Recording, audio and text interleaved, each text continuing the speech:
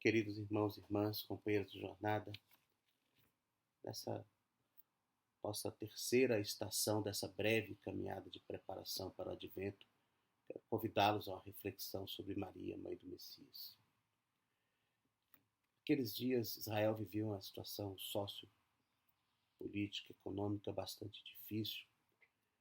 Como sabemos, o domínio romano sobre todos aqueles territórios implicava uma exploração econômica severa, com a cobrança de vários tipos de impostos, taxas e de recursos para financiar a Roma e suas conquistas, e também uma subjugação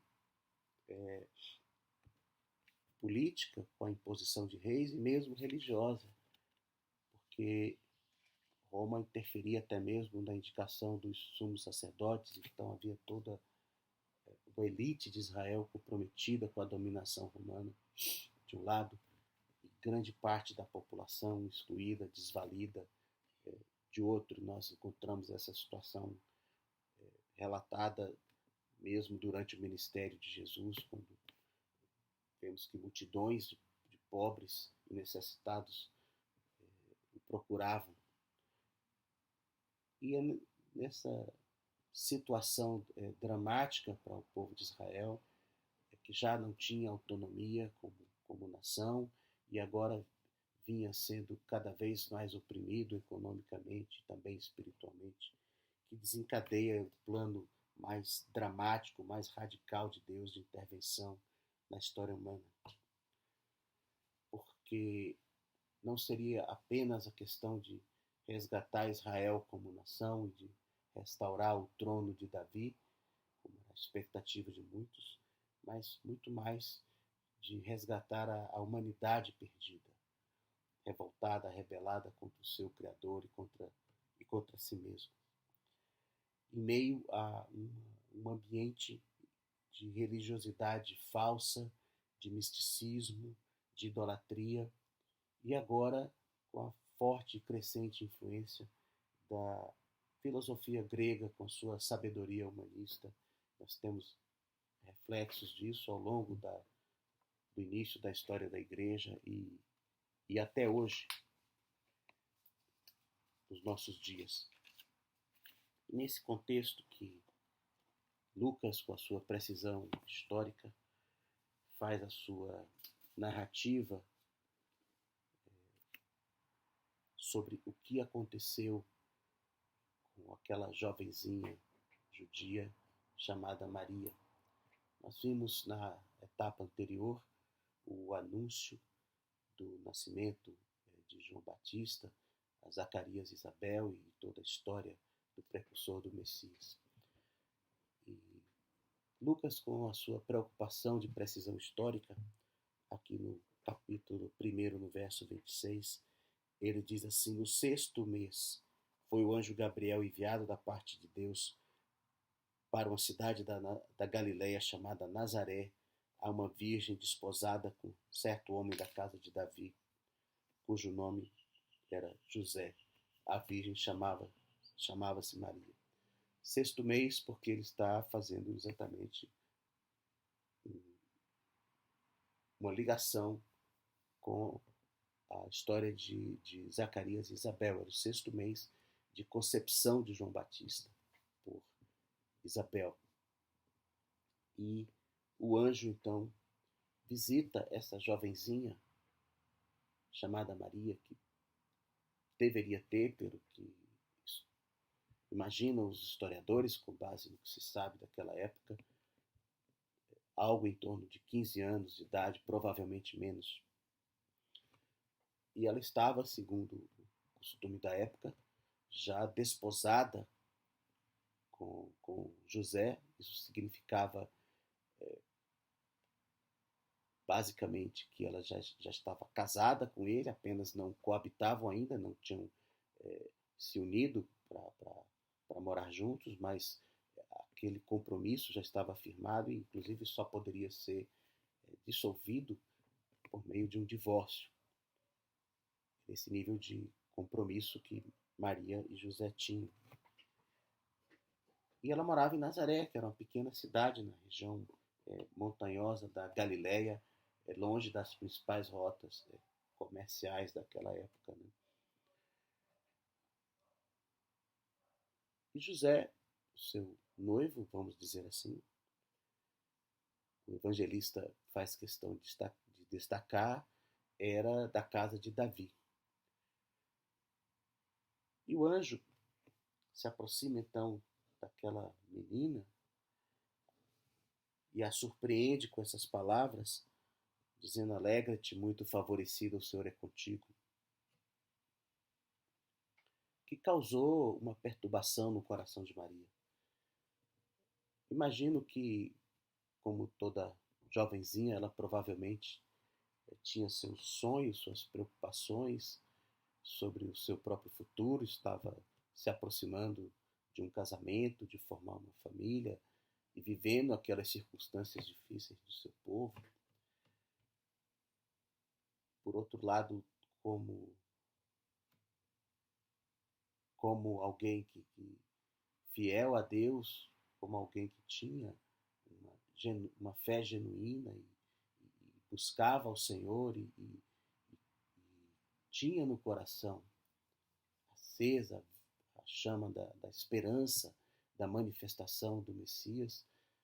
Talvez ela também, em alguns momentos, se preocupasse com isso e pensasse na situação do seu povo, na situação que Israel estava ali naquele momento, sem direção, sem rei, sem pastor, enfim. O anjo aparece àquela menina, naquela cidadezinha do interior, filha de uma família simples, e anuncia a ela essas palavras tremendas: alegra-te, muito favorecida. E Maria se põe a meditar naquilo,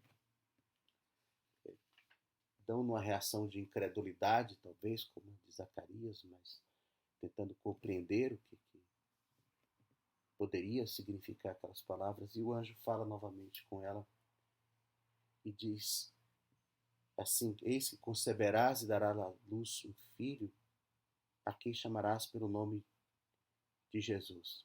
Este será grande e será chamado Filho do Altíssimo.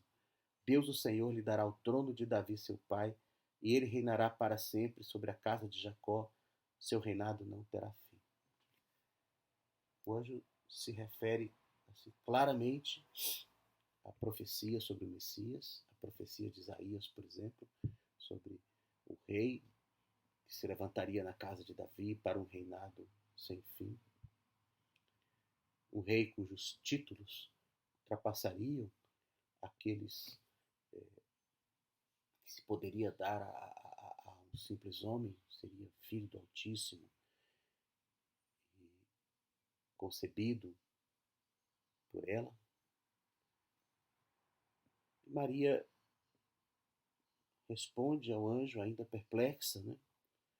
Perguntando como que isso aconteceria, porque ela não tinha um marido com quem ela coabitasse, embora estivesse comprometida, ou de alguma forma, diríamos, casada. Ela e José não tinham ainda um relacionamento conjugal efetivo. E o anjo diz uma coisa mais tremenda ainda.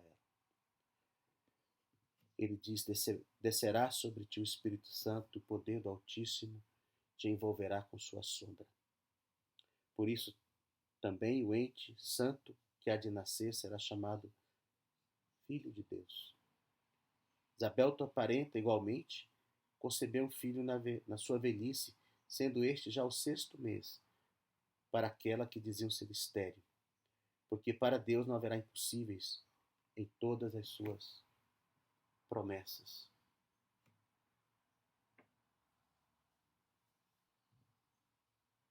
O anjo, então, diz a Maria como aquilo aconteceria, que seria uma ação direta de Deus sobre ela, sobre o corpo dela.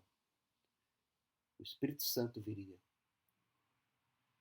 sobre ela, a envolveria como uma sombra, geraria este ente santo. esse ser espiritual, que por essa razão, por ser concebido sem a participação de um pai humano, seria ele chamado Filho de Deus.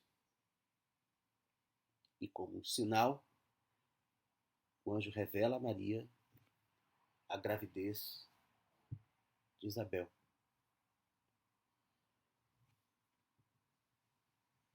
E Maria dá uma resposta muito significativa. Ela diz simplesmente assim: aqui está a serva do Senhor, que se cumpra em mim, conforme a tua palavra. Irmãos, não era simples isso.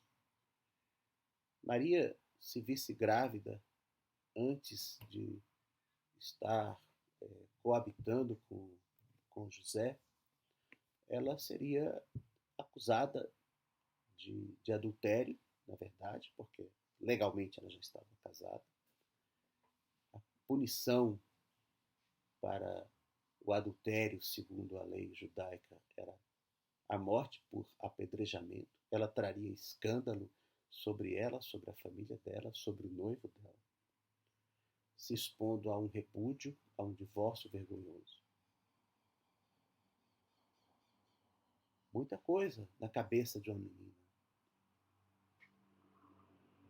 tão jovem, vivendo uma circunstância tão difícil.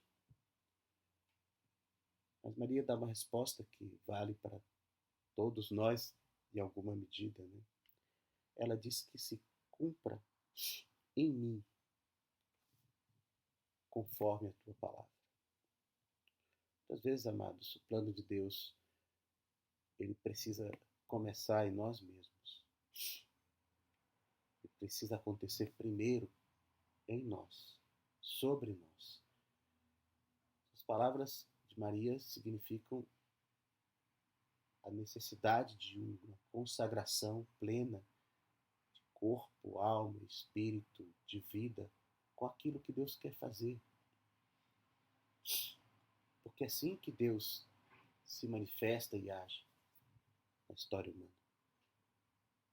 E quando essa disposição é encontrada no coração das pessoas, aí então se abre a porta para o milagre, para a intervenção poderosa de Deus, como diz o anjo.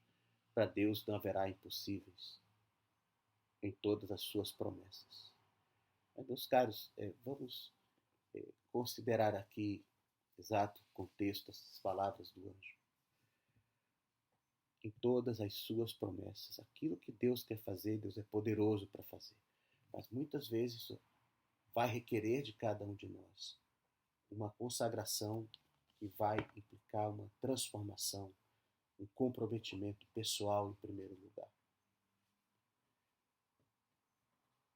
Em todas as suas promessas, disse o anjo. Deus não está aí para realizar sonhos e fantasias da nossa mente, do nosso coração. Mas Deus se move segundo um propósito eterno. E é segundo esse propósito que o seu poder age e se revela para cada um de nós naquilo que Deus tiver para nossas vidas. Em seguida, segundo o evangelista, Maria vai lá visitar Isabel, que era sua parenta,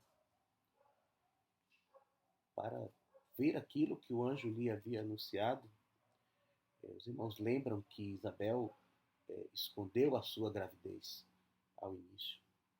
Só a revelou já próximo do nascimento de João. Maria chega lá, então, para visitar Isabel, que morava numa cidade da região montanhosa de Judá. E tão logo Maria entra na casa lá de Isabel, diz o Evangelho,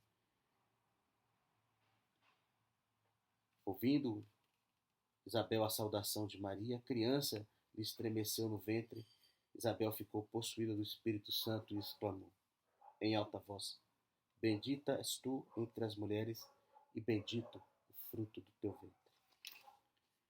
De onde me provém que me venha visitar a mãe do meu Senhor? Pois logo que me chegou aos ouvidos a voz da tua saudação, a criança estremeceu de alegria dentro de mim. Bem-aventurada a que creu, porque serão cumpridas as palavras que lhe foram ditas da parte do Senhor. Isabel tinha recebido esta revelação de que aquele menino que estava do seu ventre seria o precursor do Messias. E que aquele menino seria cheio do Espírito Santo desde a sua concepção.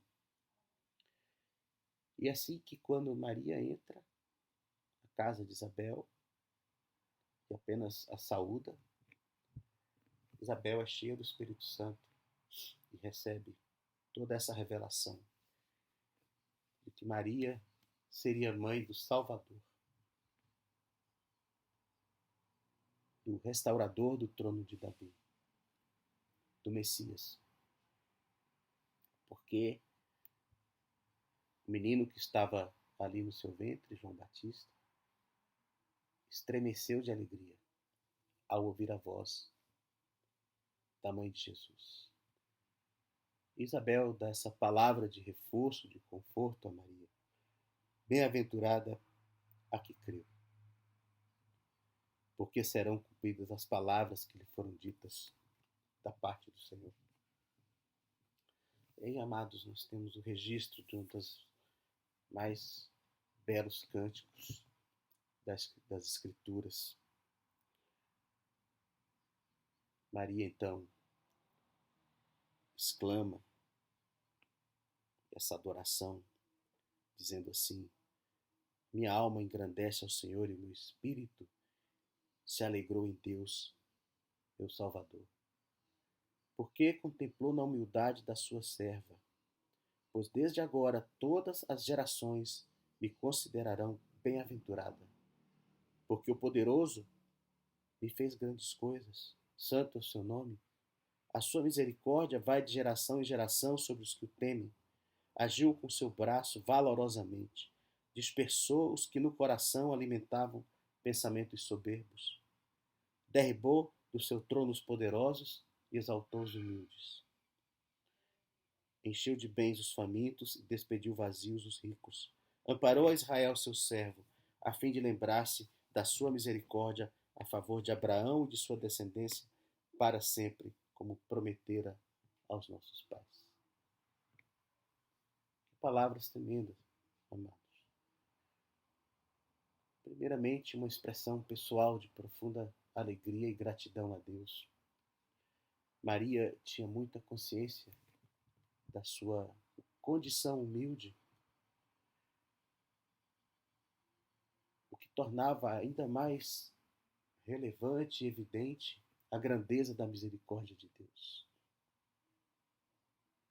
O poder de Deus se manifestando nas condições mais simples e humildes para realizar o seu plano. Graça e favor de Deus. A fidelidade de Deus. Maria relembra aqui a aliança do Senhor com Abraão e a descendência de Abraão, da promessa do Senhor sobre Israel. E enquanto a igreja estiver sobre essa terra, nós vamos relembrar essas palavras de Maria, essa expressão de Maria.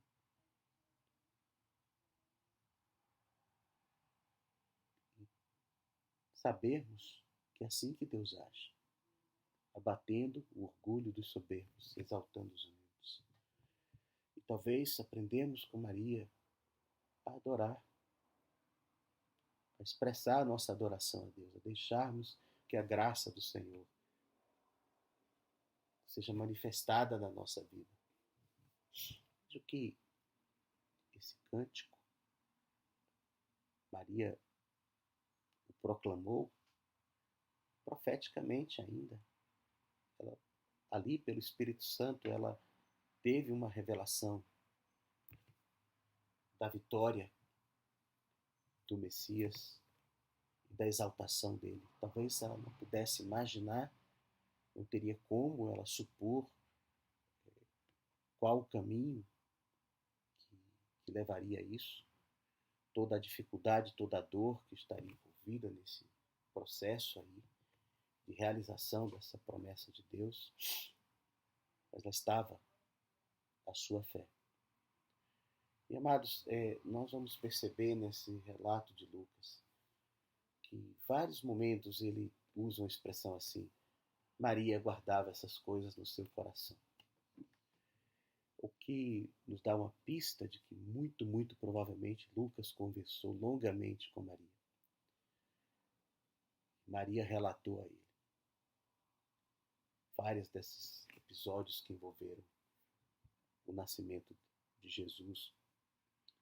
E vemos como isto ficou realmente marcado para ela.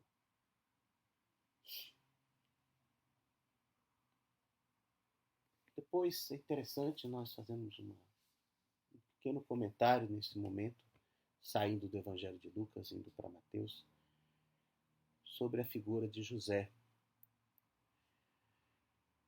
De alguma maneira, Maria teve que dar essa notícia a José, dizer a ele o que havia acontecido. Diz o Evangelho que José era um homem justo e se viu num tremendo dilema, porque, por um lado,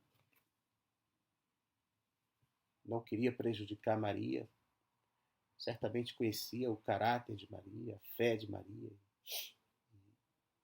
Algum crédito ele deveria dar às palavras dela, mas por outro, se ela aparece grávida e eles não estavam ainda coabitando, isso significaria que ela estaria em adultério, ou que ele seria responsável por aquela gravidez e também então conivente com um pecado. Então ele não queria, talvez esse fosse o dilema dele, ser conivente com uma situação de pecado, mas por outro lado também não queria expor Maria e estava ponderando essas coisas no coração. Quando é visitado por um anjo no sonho, que dá a ele uma direção e diz: José, fique tranquilo, porque Maria concebeu do Espírito Santo. E José atende essa palavra, recebe Maria e dá a ela toda a proteção necessária, todo o acolhimento para que ela pudesse cumprir os dias de gravidez, na condição de casada e sem atrair para si esse escândalo. E vemos também, em seguida, ainda pelo Evangelho de Mateus, que José assume a direção da família ali, sempre orientado pelo Senhor, até o nascimento de Jesus e depois a ida para o Egito, a volta do Egito, todas aquelas circunstâncias que nós vamos rememorar na próxima etapa. Mas Deus escolheu a moça adequada, que teria esse máximo privilégio que qualquer mulher poderia imaginar ou sonhar de conceber e ter nos seus braços e cuidar desse bebê tão especial. E também um homem justo, fiel a Deus, capaz de prover o cuidado necessário para essa família durante a infância de Jesus. Depois, então, do nascimento de Jesus, esse vai ser o tema da nossa próxima estação. Queremos ainda olhar mais um pouco para Maria. Jesus é levado circuncidado, como dispunha a lei, e levado no tempo devido ao templo para ser consagrado conforme a prescrição de Moisés, que vinha desde lá a saída do Egito. Os irmãos podem lembrar da última praga que Deus lançou sobre o Egito, da morte dos primogênitos. E a partir daquele evento, todo primogênito nascido na casa de Israel deveria ser consagrado ao Senhor e resgatado de volta mediante um sacrifício. E no caso de Jesus, José e Maria, esse sacrifício foi aquele prescrito para as famílias mais pobres. Ao invés de um cordeiro,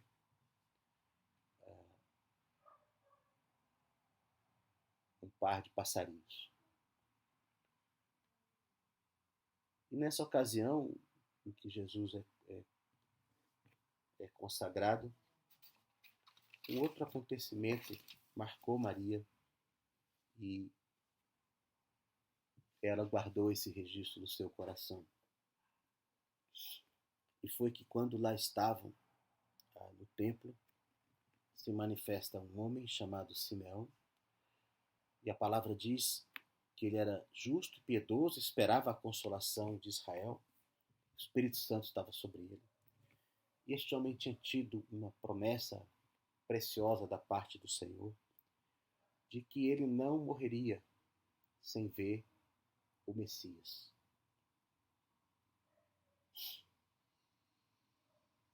E quando Jesus estava lá com seus pais no templo, Jesus bebê, esse homem é movido pelo Espírito Santo, Simeão, e vai até lá, encontra essa família, toma aquela criança nos braços e diz assim: agora, Senhor, podes despedir em paz o teu servo, segundo a tua palavra, porque os meus olhos já viram a tua salvação, a qual preparaste diante de todos os povos, luz para a revelação aos gentios e glória do teu povo de Israel. Maria e José ficaram absolutamente admirados com aquilo, com aquelas palavras. Mas Simeão se dirige especificamente a Maria e diz mais alguma coisa a ela. Ele diz assim: disse a Maria, mãe do menino, eis que este menino está destinado tanto para a ruína como para levantamento de muitos em Israel e para ser alvo de contradição. Também uma espada traspassará a tua própria alma, para que se manifestem os pensamentos de muitos corações. O caminho não seria fácil, então. Aquele menino seria alvo de contradição.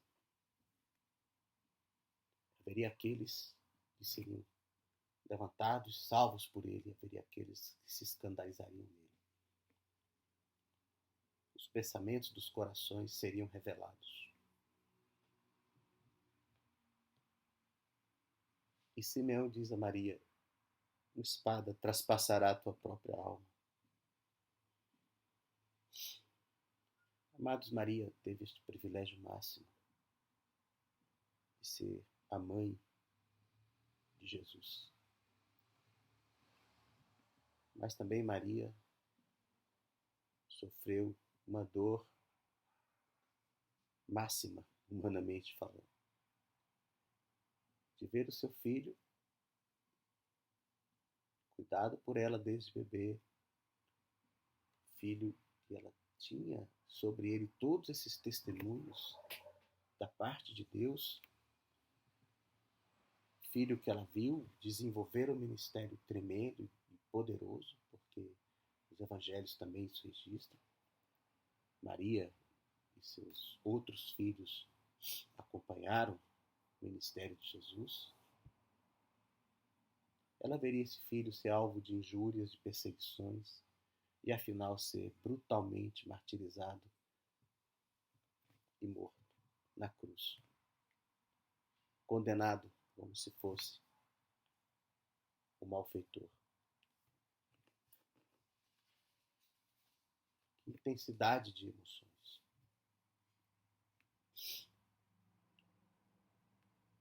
Que caminho era esse, então, escolhido por Deus?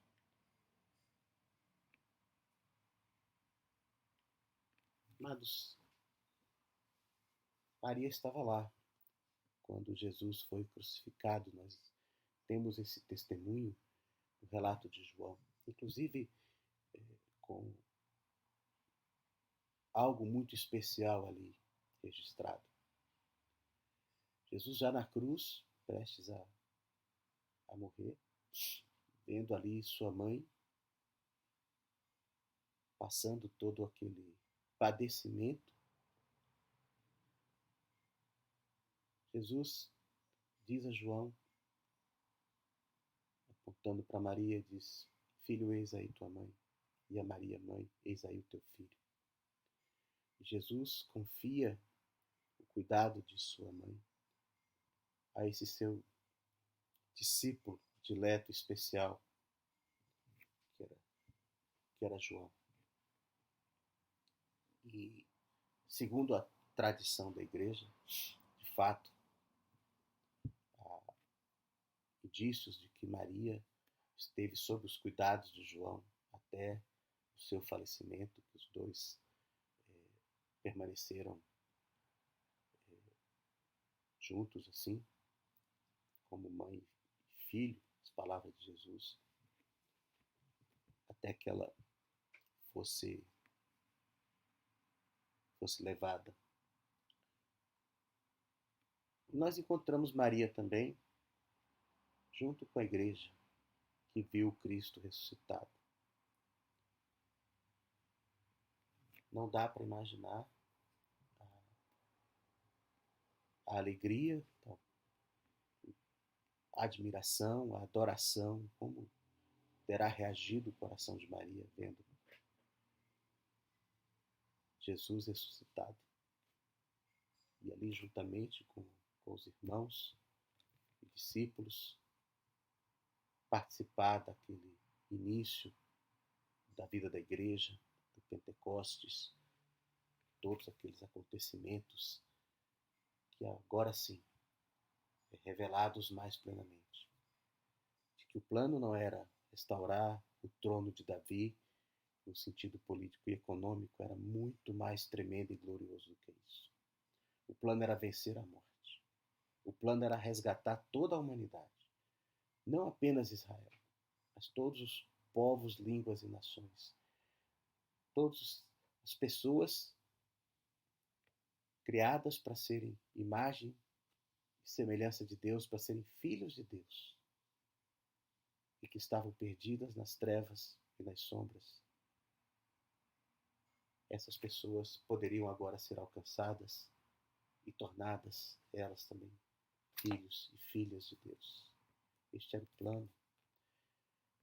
Mas, amados, nós talvez possamos pensar também, se olharmos assim um pouco a vida de Maria, como muitas vezes podemos ter promessas de Deus, promessas grandiosas de Deus, que nos enchem o coração de alegria e expectativa, mas que também vão nos levar essas mesmas promessas a um caminho estreito, um caminho de provação, que poderá envolver muitas vezes dor e sofrimento, e que exigirá de nós perseverança, fé, exigirá de nós um crescente amor a Deus e uma crescente busca de discernimento sobre a vontade de Deus.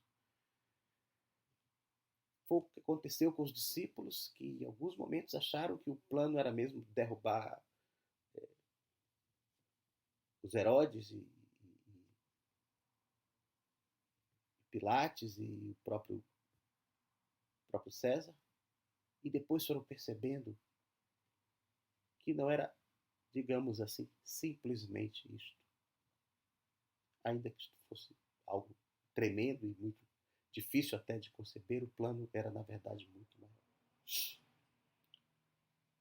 Jesus não venceu apenas a economia, a política, as circunstâncias, ele venceu a própria morte. Ele era o Filho de Deus, Filho do Altíssimo. E, de fato, o seu reino não terá fim. Ultrapassará até mesmo este céu e esta terra. Ele é o Pai da eternidade e o Príncipe da paz. Amados, nós possamos esses dias meditar sobre todos esses fatos históricos que fundamentam a nossa fé. Deus se manifestou de uma forma inédita, absolutamente sem precedentes na história humana. Foi um outro momento de criação. O único homem antes de Jesus que havia sido chamado Filho de Deus tinha sido Adão, criado pelas próprias mãos de Deus. E agora Jesus, mas como esse segundo Adão, gerado de uma forma absolutamente tremenda, pelo poder de Deus no ventre de uma mulher, encerrando em si mesmo essas duas naturezas, a natureza humana, como ele próprio Jesus sempre se autodenominava o Filho do Homem, e uma natureza divina. E como homem, ele nasceu pequenino e foi cuidado e alimentado por uma jovenzinha e protegido por um pai humano. Como Filho de Deus, proclamou o reino, foi alvo de contradição, revelou os pensamentos dos corações, mas não apenas para os seus contemporâneos, para toda a humanidade. E vemos Maria como esta menina, na sua humildade, na sua simplicidade, foi encontrada ali pelo Senhor. E como disse o anjo, ela encontrou graça diante de Deus. Deus viu no seu coração um trono onde ele podia reinar. E no seu ventre, um lugar adequado onde o seu filho pudesse ser concebido e crescer. Maria passou todas essas circunstâncias de promessas e alegrias e dor e sofrimento, até ver o seu filho ressuscitado e elevado aos céus, e ver todo o início da vida da igreja, toda a esperança e toda a luz revelada para nós. Amados, precisamos desse coração humilde e agradecido a Deus. E essa disposição de sermos nós mesmos, objeto do poder e da graça de Deus, e sermos nós mesmos instrumentos da realização dos seus planos, ainda que isso possa nos implicar dores e provação, porque sabemos, meus caros, que não haverá impossíveis para Deus em todas as suas promessas. E nós temos hoje uma promessa da parte de Deus, de que Jesus voltará. Também esses dias tão confusos e complicados que vivemos, também com a religiosidade distorcida e com a sabedoria humana opressora, é necessário que a igreja, que dentro da igreja haja esse remanescente fiel. Aqueles homens e mulheres que o reconhecerão quando o virem, e serão reconhecidos por ele. E seremos conduzidos à sua glória eterna. Amados, Jesus veio e Jesus virá. Que nós possamos ter nosso coração preparado para viver esta vida, as dificuldades que possamos ainda ter que enfrentar na nossa caminhada, mas seguros de que um dia Jesus nasceu e de que um dia ele também voltará. E nós estaremos com ele porque somos sua família. Queridos irmãos e irmãs, companheiros de jornada, que a graça do Senhor, a suficiente graça de Jesus, seja com cada um de vocês.